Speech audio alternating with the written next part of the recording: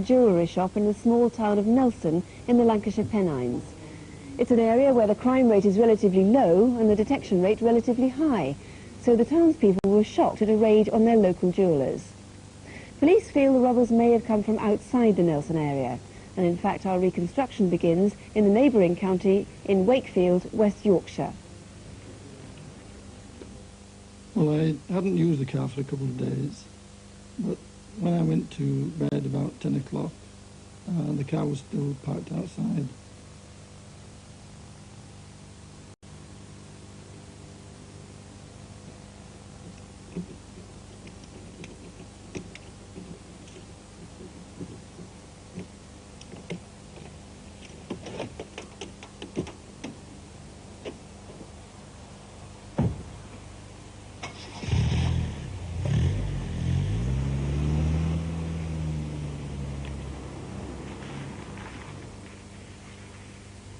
Radio Lancashire News at 1 o'clock. Good afternoon. The headlines: the temperature hots up in the electioneering. It's 2 days later and 50 miles away in the Lancashire town of Nelson. Scotland Road, the main shopping street, was fairly quiet that Thursday. Glenn Britton has managed the jewellery shop for the past 6 years. My father opened the shop about 25 years ago. We're quite well known throughout this area, but also we have a lot of clients from virtually all over the country. We specialise in the antique jewellery and watches and clocks, etc. Later that afternoon, Susan Riley passed the shop, as she does every weekday after work. Her husband waits on the corner to drive them both home.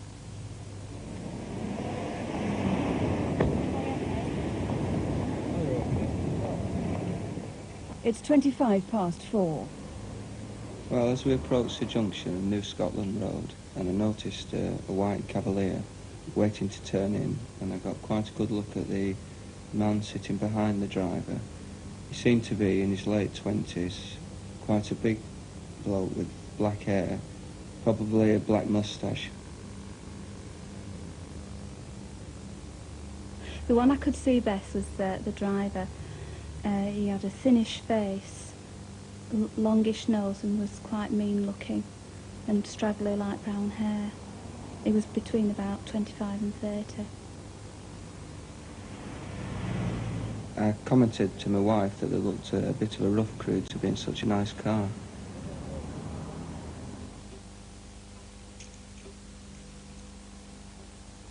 Is this the right quote? Yeah, I think okay. so. When did he say he'd been to collect it? Late Monday afternoon. Right, well, you'll have to ring up and check. Right. It will definitely be back. I'll phone in the morning. All right, then.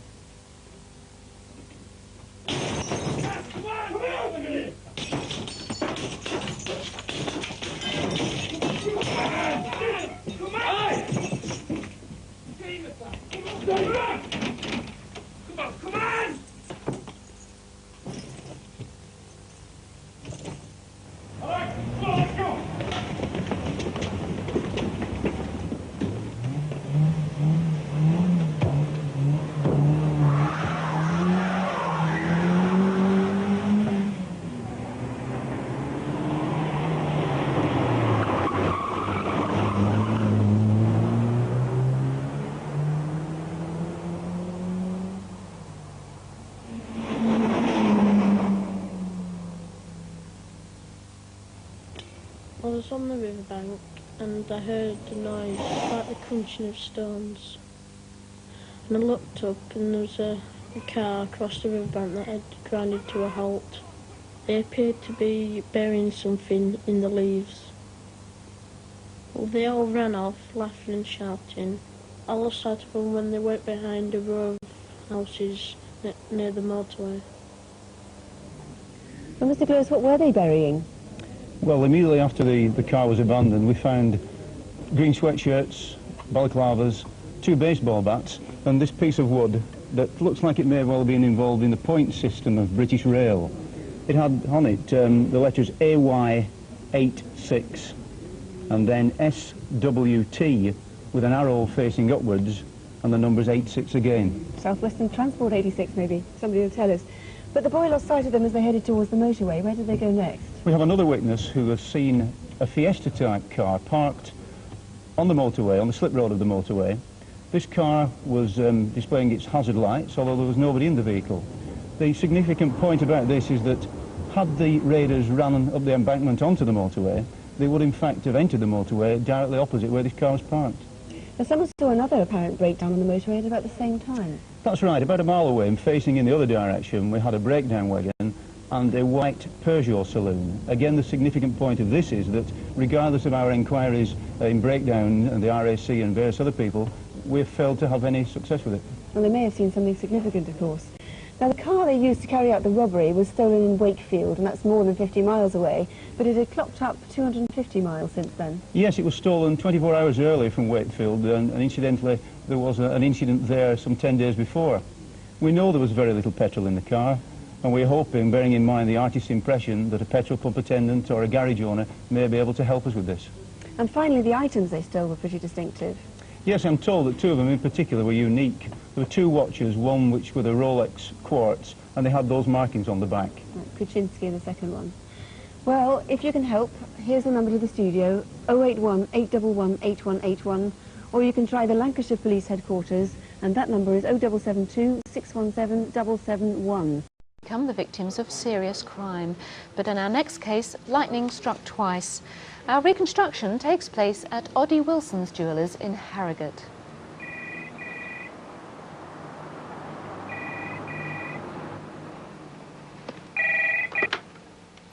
Good morning, Oddie Wilson Jewellers. Can I help you? Andrew Smith has worked in the jewellery business for 8 years. Recently, he became the manager here at Harrogate. That's the one. Thank you. Let's try that on. That's nice. This is 11:45. A group of 4 customers were looking at engagement rings. If that was you, you may have valuable information. Well, as the manager, I'd usually spend Monday morning doing paperwork, but on this particular day, it was a little bit busy downstairs. Thanks. Bye-bye.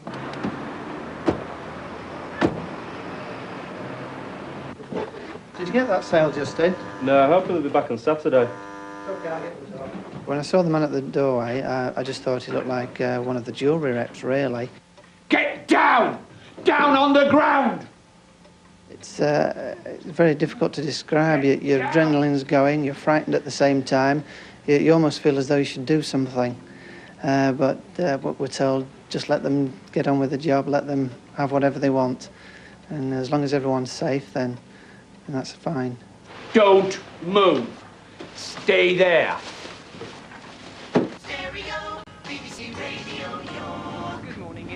I was just on my way home from town after I'd picked up a few bits and bobs, driving past the jeweller's shop on King's Road, and I noticed something going on inside. I saw a man, and he was grabbing things from the display and kept looking over his shoulder. I got quite scared and my legs started to shake with fear. I knew I had to get help. I drove off to the first place I could stop to call the police. We've got enough, we've got enough. Plenty of time, BJ. Plenty of time. Stuart Marshall was on his way to work at Harrogate Turkish Baths. He saw the robbers drive up King's Road towards Harrogate Conference Centre. There was a pram and nursery fair on and the town was very busy. I memorised the car registration number and carried on walking and noticed that Oddie Wilson's jeweller's window had been wrecked. The robbers abandoned their car half a mile away in Studley Road. When I saw they'd pulled up next to my dad's Jag, I thought he'd be mad because he'd taken his parking space. I saw them walk off through the ginnel. Since that latest robbery, obviously security arrangements have been changed at the shop. We're particularly interested in hearing from anyone who recognises the gunman. He's between 40 and 45, about 5'10", heavily built with a ruddy complexion. He referred to his accomplice as BJ, so if you know anyone of that name, please do call. Their getaway car was parked on King's Road at around 11:45. It's a silver Vauxhall Cavalier that had been stolen 10 days earlier from Hexham in Northumbria. It was bearing false plates, J324DGH. Do you remember making them up? That's J324DGH. Oddie Wilson's has been targeted twice in the past 6 months, and similarities between both robberies suggest they're connected. As we've just seen, the latest attack happened in broad daylight on a busy market day in Harrogate town centre. Someone must have seen something. If you did, please ring the incident room on 0423 539 457. In Rugby, which took place 7 weeks ago. What's extraordinary about it is the way the local community rallied immediately to try to apprehend the robbers. Unaware at the time that one of the robbers was armed, 5 local people actively intervened, and they've taken part in our reconstruction, and you'll see most of them in the film which follows. It's Friday the 22nd of October. This is Regent Street, close to Rugby town centre. The shops here are mostly small businesses, and the owners have become a tight-knit and friendly community. Morning.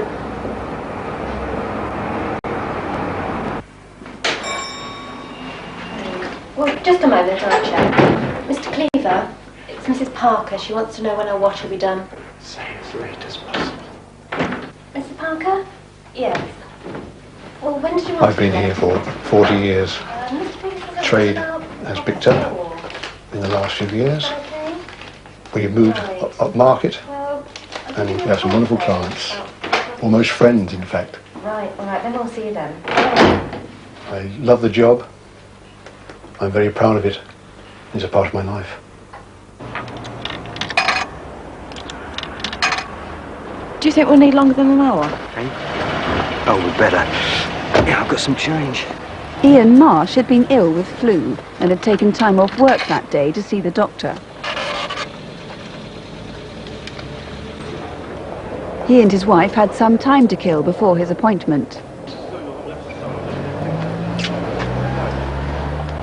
Traffic warden Julie Cox was working her regular patch that morning, as usual noting times and registration numbers. She wasn't to know that the Honda bike had been stolen the previous day.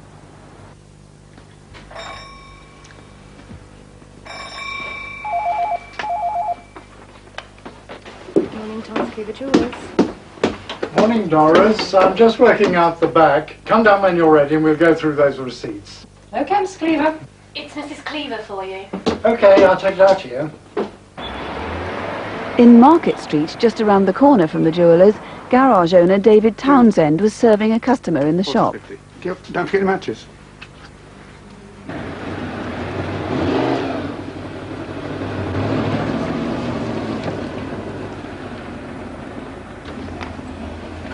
White motorcycle camera and a forecourt stopped talking to the chap I just served.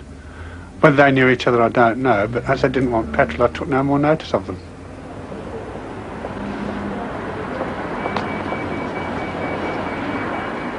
Shortly after 10 o'clock, shop owners Peter and Linda Amos were arriving for work. Oh, blast. Nowhere to park again. You better go round the block again, Pete. Their menswear store is next door to Tom Cleaver's jewellers. That morning they were a few minutes late opening up.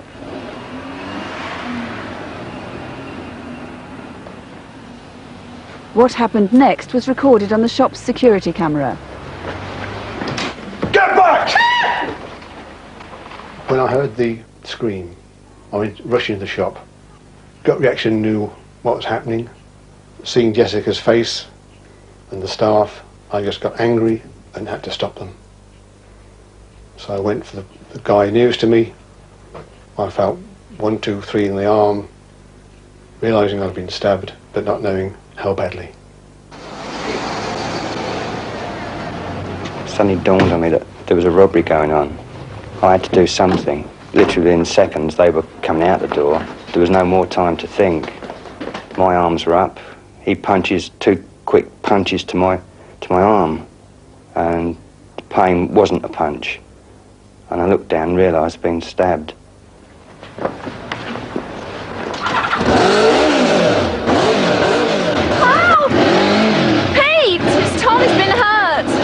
My intent was to dismount the rider, unaware that there was someone else following up.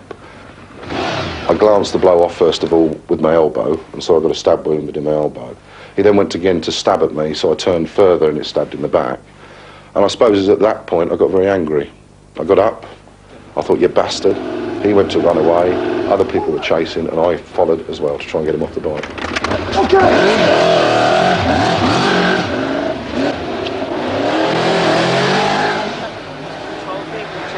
I'd just come round the corner. I didn't really know what was happening. I thought perhaps the motorbike had been stolen or something. Request an ambulance. Oh, God, all right. Is it home? It's all right. It's just my arm. You better get an ambulance. Back in Market Street, Jim Middleman was on his way to get some petrol. I was heading towards the garage when this large white car came out of an entry from my right and headed straight for me at a high speed. Just missed me. I looked in the rear view mirror to try and get a view of his number plate or something, but he'd gone. He was so fast.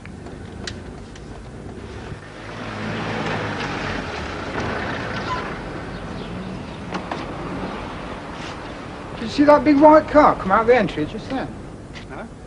Jim had already heard there'd been a robbery in the town and that 2 men had escaped on a white motorbike. I had a big red white motorbike come round here this morning. Stopped at that telegraph pole. Between them, they worked out there must have been a vehicle switch very close by. They went to check the car park behind the club next door. Let's have a look, come on. Is this the one you've seen? Yeah, that looks like it. Well, I'll take the number, you get the police. Yeah, okay. One of them shouted at us, get The one back. that shouted at you, can you describe him? What was he like? No, it was just He was wearing a He stabbed me in the arm. red But I'm certain I would recognise him if I saw him again. I've always thought, what would I do if it happened? How would I react? Where would I be at the time? All goes through your mind. There's no way I could have stood by seeing the fear on my staff's faces. And I don't quit being foolish. I think it's about time people stood up and try to stop these people. I really do. Nobody wants to be a hero these days. All he needed to have done was shown me the weapon that he had, the knife or whatever he was carrying. And I'd have put my hands up. Goodbye. I'm not going to endanger myself. There is a level. But this particular chap, I think, was hell-bent on viciousness, and I think he was enjoying it too.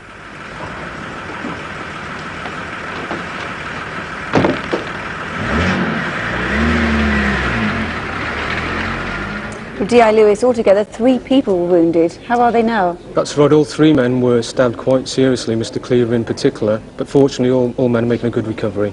And how much do you know about the man with the knife? Well, we got an artist's impression of this man. He's been described as about 5'4" to 5'6" in height, of stocky build, of light-skinned Afro-Caribbean appearance, maybe mixed race. He had a skinhead type haircut, with possibly a bald patch or a tram line cut into the side of his hair. So you know a fair amount about him. What about the second man? The second man, not so much. He had his helmet on throughout the incident. All we can say is he was taller and slimmer. And before the robbery, the robbers were seen chatting briefly to somebody in front of the petrol station that morning. You need to trace that man. They were indeed. He's been described by a witness as an Asian gentleman, wearing a parka coat, as you can see, with the hood up. He's of average build, about in his late 20s. But despite having the hood up, we believe he had long dark hair. We really do need to trace this man, to speak to him. He may be able to assist us with our inquiries. Yes, he may or may not be involved, but you certainly need to be an important witness. The other thing you need to trace is the white car, a high-powered white car of some sort. We do indeed. A witness has described it as a low, sleek, sporty model, possibly similar to a Cosworth or one of these newer Japanese-type models. We haven't traced such a vehicle stolen at the time, so it may well have been their vehicle. We really do need to find this vehicle to assist with the inquiry. Or if somebody had a vehicle stolen around that time, answering that description. That's right. What exactly was stolen from the shop? 10 watches in total, 9 of which were Rolex watches. We very much want to speak to anyone who's been offered those watches or anything similar. Our concern, of course, is not so much for what was stolen as the actual violence that was used. You've got just a few more clues, some clothes they dumped on their escape. That's right. The offenders definitely dumped these articles of clothing in a country lane just outside of Rugby. This is the helmet that was worn by the offender who stabbed the 3 gentlemen. It's quite distinctive. It's got this laser motif on the side. This helmet was worn by the chap who was riding the motorbike. Again, quite distinctive, with a kiwi motif on the side.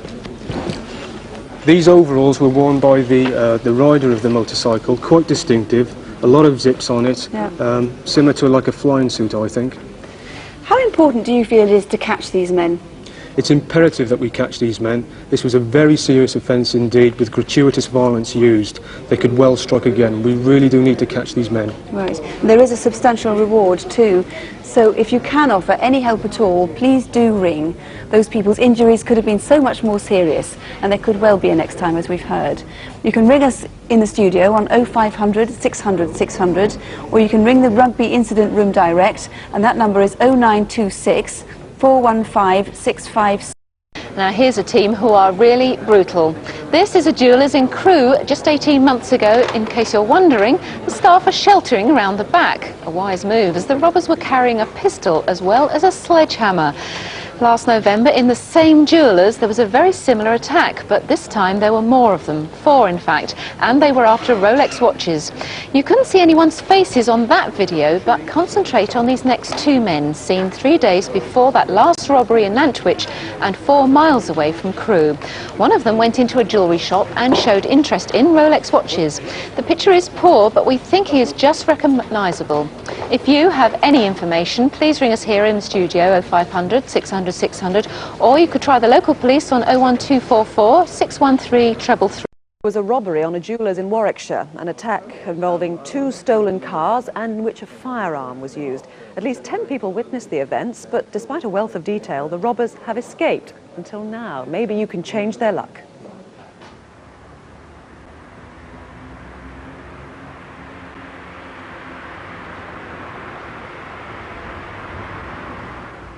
We've been in Warwick for 21 years in retail, and I enjoy the shop. The thought that goes through my mind is, what sort of a day are we going to have today?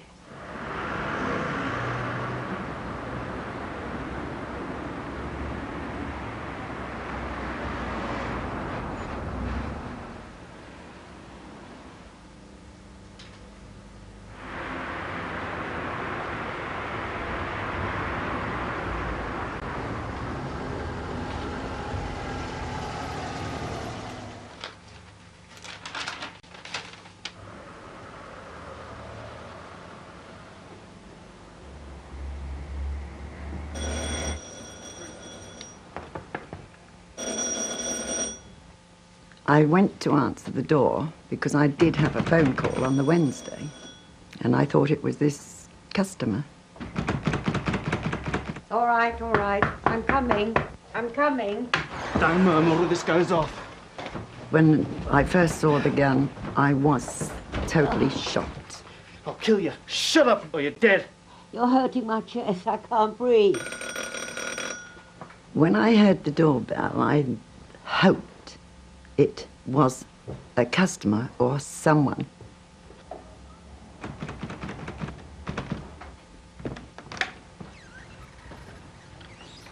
It won't be long, Bab. Just keep calm or I'll shoot you. How you doing? Not long. When I realised it was an accomplice, my heart did sink. I was petrified. I didn't really have very many thoughts. I was just frightened to death. I was here on holiday with my fellow students. We'd come to see the castle, and it didn't open till 10. So I said, well, I'm going to walk around. Get the ring off her finger! It's the ring that my husband gave me, which I have had for 45 years. I noticed straight away that there was a guy working in the window, and he was clearing out the jewelry. And I thought, well, he's, he works there. Then I noticed he had on these black gloves, and I thought, oh, that's a bit weird. Then it all just hit me that this guy, he was stealing. Then I noticed that there was a sort of getaway car behind me, and the driver saw me, he started beeping the horn.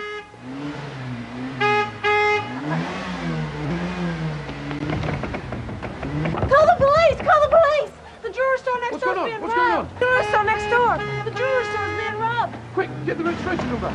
J445 They've got HPN. HP, what was it? HPN. HPN.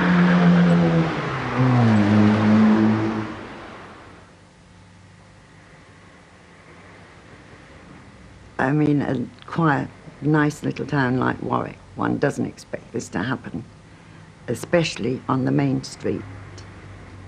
I feel both fear and anger. I am very nervous. For the moment, this has changed me, but I'm not going to let them ruin my life. I'm not going to let them get me down. The robbers drove about 2 miles out of town along the B4095 towards the Warwick bypass. But instead of turning onto the bypass, they took a track beside it that leads past the Warwick Rugby Club.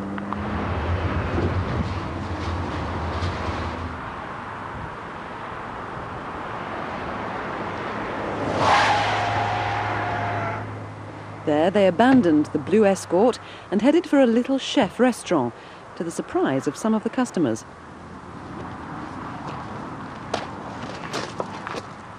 I didn't know you could park a car down there. How do you get it in? You can't, Roy. It's a sports field. Well, there's a car just parked and 3 fellows have got out. They're coming in here. Oh, no, they're not. They're going straight past. The first man was about 6 feet tall, 30 years old, stocky build, with dark hair, a roundish face, pale complexion, red lips, a pointed nose and dark eyes. The driver was shorter than the others, about 5'8", slim build, 30 years old, dark hair, and what's described as a Barry McGuigan-type moustache. That's strange. I wonder what they're doing. No, look, they've gone to a white Vauxhall over there now. In fact, they've gone into that. Looks just like a vehicle switch. Someone's driven up, dumped one car, transferred to another. The most suspicious thing of all was the speed they drove off in the Vauxhall Astra at. They actually screamed away as if they were escaping. And it was that really that compounded suspicion. The Astra headed north up the Warwick bypass and was later dumped at the Co-op supermarket at Sturchley in South Birmingham. George Stepney, £100,000 worth of jewellery taken. Is there anything in particular you're asking people to look for? Well, there's 3 items that are unusual and indeed expensive. Now, I'm sure that those are still in circulation. Now, we're looking at these rings here. They're very distinctive and they do look very expensive, Yes. certainly. Anything else you're looking for? The small boxes that some of the other jewels were held in. They've got the jeweller's name, H.H. Bray, inside, and also the cards. Now, they support the value of the gems and also a description of them. I'm sure they will attract attention. Now, what about the cars that the robbers used? 2 stolen cars, weren't Yes. they? What about them, the Ford Escort, first of all? Well, the Escort was abandoned at the service station, as you saw in the clip. The Astra, that was found later on the car park of the Co-op in Sturchley, Birmingham. So sometime on the 9th, we're looking for a sighting of that being left there. And we must also say that the Escort has actually been returned to its proper Yes. owner, so we don't want to know where it is now. Now, what about the nature of the robbers themselves? Were they local, do you think? I mean, they used a phrase or a word, babs, didn't they, which strikes me as local dialect, perhaps. Babs is a sort of Midland term for love or dear, and the robbers had Birmingham accents, so we have to think there's a strong Birmingham connection. And this wasn't a spontaneous action. They'd obviously planned this crime to the nth degree, hadn't they? It's clear it's very well planned. They knew the lady would be alone that morning. They knew of an unusual route to the service station there on the Warwick bypass, and clearly they had a second car, a getaway car, ready and waiting for them. Now, if somebody knows where that car is, it's a problem. And do you think they might have sort of tipped a few people off in the underworld? You know, they might have discussed it among their criminal fraternity? I'm sure there's been a lot of conversation about this. Somebody knows somebody responsible for this. Is there a financial incentive for anybody to ring in if they have any knowledge about this? The lady, she was seriously hurt and she's traumatised, but we're talking of a £5,000 reward now for information leading to the arrest and conviction of these people, and also a 20% reward if we recover property from this matter. Well, George Stepney, thank you very much. And let's not forget, this was a serious crime. A firearm was involved, and that lady was traumatised very seriously. 0500 600 600 if you can help. There may be a reward, as we've said. Now, that number is direct here to the Crimewatch studio, but other detectives on the case are standing by on 01926 415 746. Is known as the Golden Mile. Dozens of Asian goldsmiths have congregated there, and people travel to shop there from all over the UK. About a month ago, one Thursday afternoon, one of the family businesses was robbed. 22nd of April. We opened between, say, 10:30 and 11 o'clock. from Monday to Saturday. We sell mainly Asian 22-carat jewellery and a few diamond rings, and we do a lot to order as well, some specific designs customers want, from chains to bangles, bracelets, rings, earrings.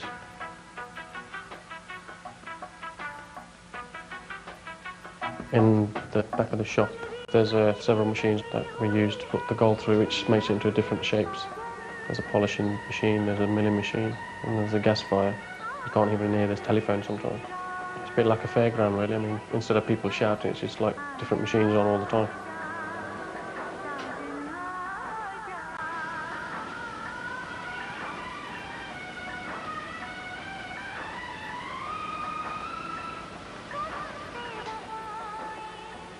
I was actually making a bangle for a customer that somebody ordered.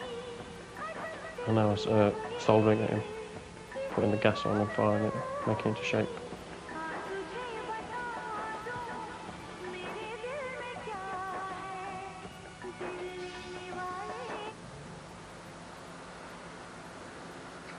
It's unusual to see 5 men in a car on a weekday afternoon. But that Thursday, a blue Vauxhall Belmont arrived in Leicester from Wolverhampton, perhaps with 5 men in it.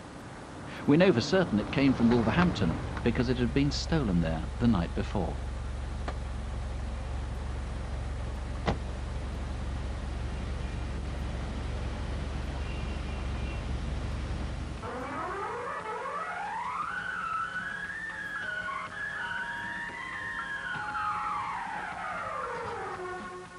When I saw the first man coming, I opened the door for him. I thought he was a customer. Was there anything special you wanted to look at? Yes. I'd like to have a look at your bracelets and rings, please. Over here, we have a good selection, even if I say so myself. He was wearing tinted sunglasses and Indian bracelets, white trainers, and he's about 6 foot. He seemed about 26 or 27 years old, and the jeweller also noticed he had a mole on his left cheek.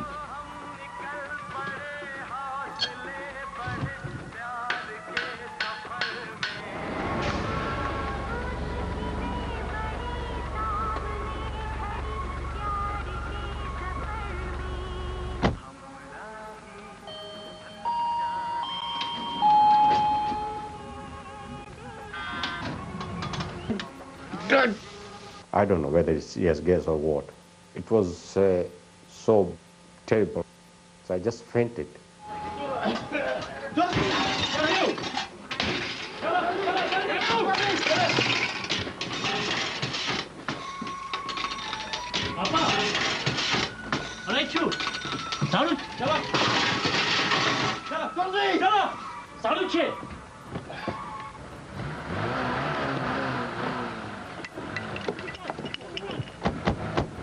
As the car sped off, the driver was seen to have a goatee beard. The car made off towards the city centre.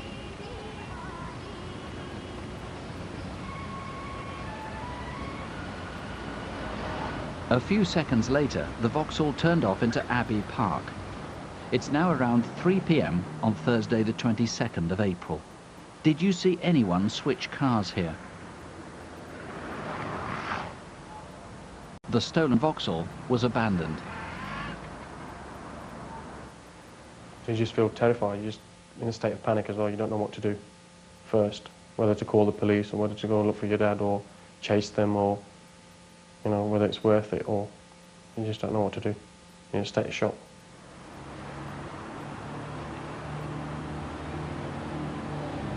Tony, the Wolverhampton link, the car was stolen from there. You think there's another reason to link Wolverhampton? Yes, a few days ago there was a very similar robbery in Wolverhampton, a few days before this offence, which involved a group of Asian males on another Asian jewellery shop, and again CS spray was used to steal Asian jewellery. Now, you don't know where the gang went, whether they went back to Wolverhampton or wherever. The last sightings in Abbey Park, where they dumped the Vauxhall, no one seemed to have seen that. Yeah, that's right. They left the vehicle there. What we don't know is whether they got into another getaway vehicle or whether they made off on foot. Now, assuming we might get some people who witnessed that, What about the actual people themselves? We saw the driver of that car had this goatee beard. One of them, one of the others apparently has very distinctive eyes. Yes, that's right. One of the men that was wearing a balaclava had distinctive green eyes. What we don't know, were they contact lenses or were these natural? And the guy that came into the shop, first of all, good description of him. He's 6 foot tall. What else can you tell us about him? Yeah, he was wearing a Punjabi suit and he had a distinctive mole on his left cheek. Yeah. And his accent? He spoke with an undistinguishable middle-class accent. OK. Now, some of them spoke some Hindi as well. Yes, the word shallow was used, which means let's go, let's go. OK. Now, these sort of things that they stole, interestingly, they didn't take ones which had diamonds in them, so perhaps they're going to melt them down. If they're not melting them down, how could anybody who's offered this know it comes from the robbery? Well, there is a distinctive initials on the inside of these bangles, JPD, which is the jeweller's initials. OK, well, if you're offered any of these with those initials JPD, if you've got any rumours, heard anything about these 5, perhaps there were fewer on the first robbery, anything on the grapevine at all about the gang, or have any ideas who this could be, or if you can link any of them to Wolverhampton, give us a call, 0500 600 600, or call the Leicestershire Police on 0116 248 4974.